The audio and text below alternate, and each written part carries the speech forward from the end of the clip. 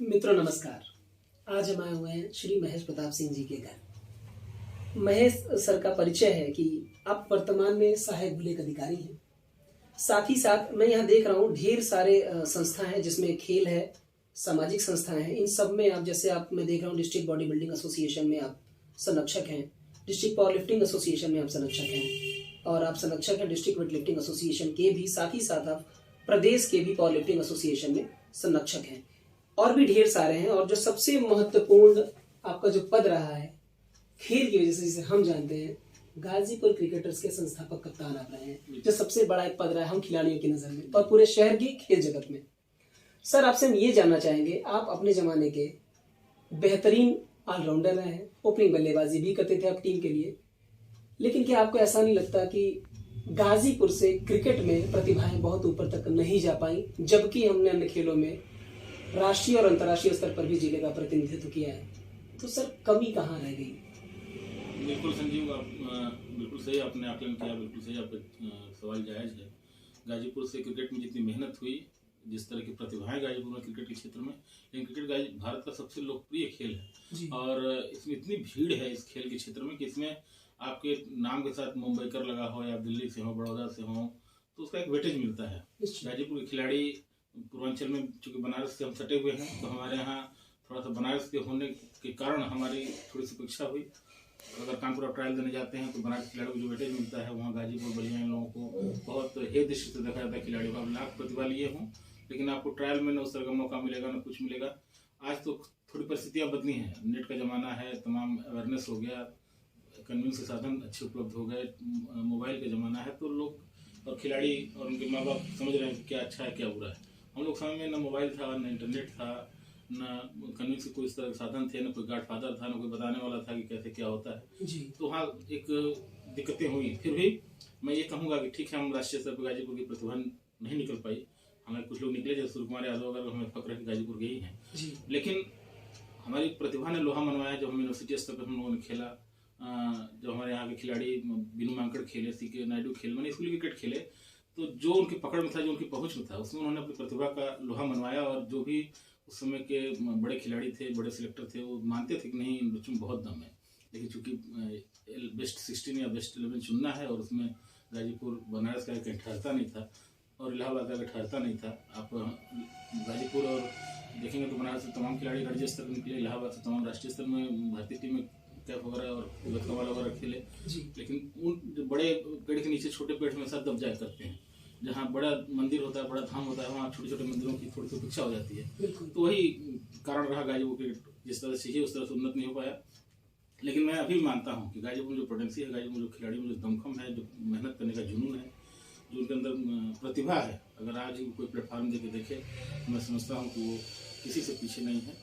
और आने वाला दिन जिस तरह से गाजीपुर अब मेहनत हो रही है क्रिकेट को लेके, तमाम एकेडमीज यहाँ संचालित हो रही हैं, तमाम उन्नत किस्म के बल्ले आ गए, क्रिकेट सारे जो इक्विपमेंट होते हैं अच्छे अच्छे, वो खिलाड़ियों को प्रोवाइड हो रहे हैं। हम लोग में ऐसा नहीं था, बहुत लिमिटेड साधन थे और कॉम्प्रोमाइज करके खेलना पड़ता था। बल्ले हाई क्लास के नहीं थे, बॉल उस तरह के नहीं थे, बैट वगैरह जो भी था।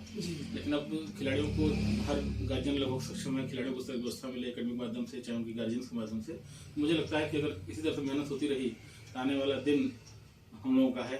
जैसे कि सूर्य कुमार यादव ने एक रास्ता दिखाया, गाजीपुर का हमारा होनहार खिलाड़ी, जिसने गाजीपुर का टैग हटाया, बॉम्बे का टैग अपने साथ लगाया और आज भारतीय टीम का नाम रोशन कर रहा है, भारत की सेवा कर रहा है। आपकी बात सर जायज़, और हम आप ये भी मानते हैं कि यहाँ की प्रतिभा में कमी नहीं है।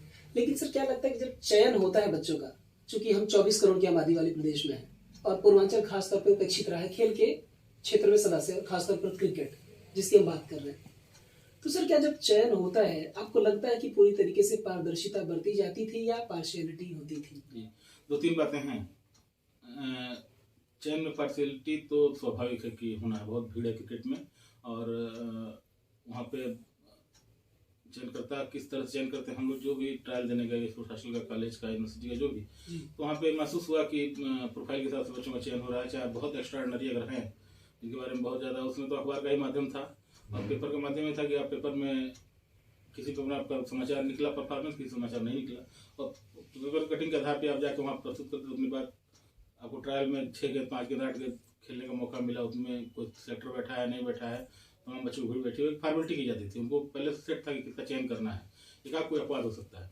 दूसरी चीज़ कि मैं जो समझता हूँ, जैसे कि अभी मुझे सुनने में आया कि BCCI उत्तर प्रदेश में 2 रणजी टीम का कंसेप्ट लेकर आ रही है उत्तर प्रदेश। मैं समझता हूँ जिस दिन पूर्वांचल की रणजी क्रिकेट टीम BCCI ने बना दिया, उस दिन जो हमारी जो कसक है वर्षों की, वो पूर्वांचल के बच्चे सिद्ध करके दिखा देंगे कि हमारे जिसमें गाजीपुर भी आता है कि पूर्वांचल में कितनी प्रतिभा है, और गाजीपुर का कोई न कोई लाल रणजी के माध्यम से भारतीय टीम में जरूर खेलेगा, मैं समझ रहा हूँ। संजीव जी, पार्शलिटी चयन में जो आप कह रहे हैं, ये 100% में इससे भले मैं लाइव हूँ, लोग क्रिटिसाइज कर सकते हैं जो सिलेक्टर होंगे, क्योंकि मैं भी सिलेक्टर रहा डिस्ट्रिक्ट लेवल की टीमों का, मैंने भी सिलेक्शन किया, मुझे भी मौका मिला, मुझे भी ऑनर सम्मान के स्वरूप मिला, मैं सीनियर खिलाड़ी रहा इतना थे।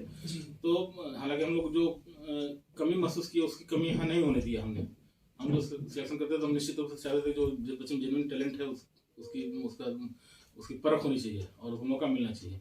लेकिन मैं जो एक बार ट्रायल में गया तो मुझे ये लगा कि जैसे गए और आप उतने अच्छे प्रोफाइल के नहीं हैं, आपका वैसा ड्रेस और किट नहीं है, तो आप बैठे हुए हैं और सिलेक्टर 4 बैठे हैं, उन्होंने बता दिया कि चलो भाई 10 गेंद डालो, चलिए 10 बॉल आप खेलिए, और वो अपनी बात में मशगूल हैं, चाहे कहीं इधर उधर चले गए, एक फॉर्मेलिटी हो रही है, फिर आप चले आए, कोई रिजल्ट आउट होना है, कुछ होना है। तो चयन में तो बहुत ज़्यादा पार्शलिटी थी। जहाँ तक यूनिवर्सिटी की बात है, उसमें भी आप टीचर्स के प्री हैं, कुछ इस तरह के आप हैं, आप छात्र नेताओं के संपर्क में हैं, तो आपको मौका मिले, भले आप टैलेंटेड ना हो, किसी टीचर के आप बच्चे हैं तो उसका एक मौका मिलता था जी। और बहुत एक्स्ट्राऑर्डिनरी हैं तो उसके लिए तो सभी एक्स्ट्राऑर्डिनरी, सभी तंदुरुस्त पैदा नहीं होंगे, तो जरूर चयन पार्शलिटी होती है। लेकिन अब दौर इंटरनेट का है, दौर आपकी रिकॉर्डिंग का है, जैसे हमारे आप रिकॉर्डिंग कर रहे हैं, तो अगर हम परफॉर्मेंस देकर रिकॉर्डिंग तो हम इसको चैलेंज कर सकते हैं कि सामने प्रस्तुत कर सकते हैं। तो एक थोड़ा सा डर जरूर चयनकर्ताओं के मन में आया कि बातें लीक होंगी। तो सर ये डर जरूरी है। हाँ, ये डर बहुत जरूरी है। डर बिना डर के प्रीत होती नहीं, बिन भय होए न प्रीत। थोड़ा सा डर होना जरूरी है सिलेक्टर्स मन में भी कि बातें दूर तक जाएंगी और हमारी सतृष्टा पे उंगली उठेगी। सर, जिस पद पर आप वर्तमान में हैं, खेल के साथ साथ तमाम ऐसे संस्थाएं हैं जिनमें आप हैं, कई संरक्षक हैं, कई संस्थापक हैं, कई सदस्य हैं, आजीवन सदस्य हैं आप, तो सर मैं चाहूंगा एक सुझाव अगर ऐसा कुछ हो जो आपकी नज़र में जो गाजीपुर या पूर्वांचल की क्रिकेट को थोड़ा अच्छा कर सके, वो सुझाव जो BCCI तक पहुंच सके, आम जनता तक पहुंच सके, वो क्या सुझाव हो सकता है?